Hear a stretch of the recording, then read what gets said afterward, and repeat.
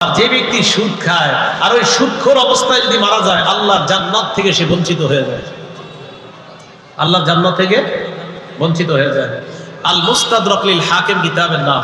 এই কিতাবের 2260 নম্বর হাদিসের বর্ণনা। এই হাদিসের মধ্যে আছে আরবাউন হাক্কুন আলাল্লাহি আল্লা ইউদখিলাহুল জান্নাহ।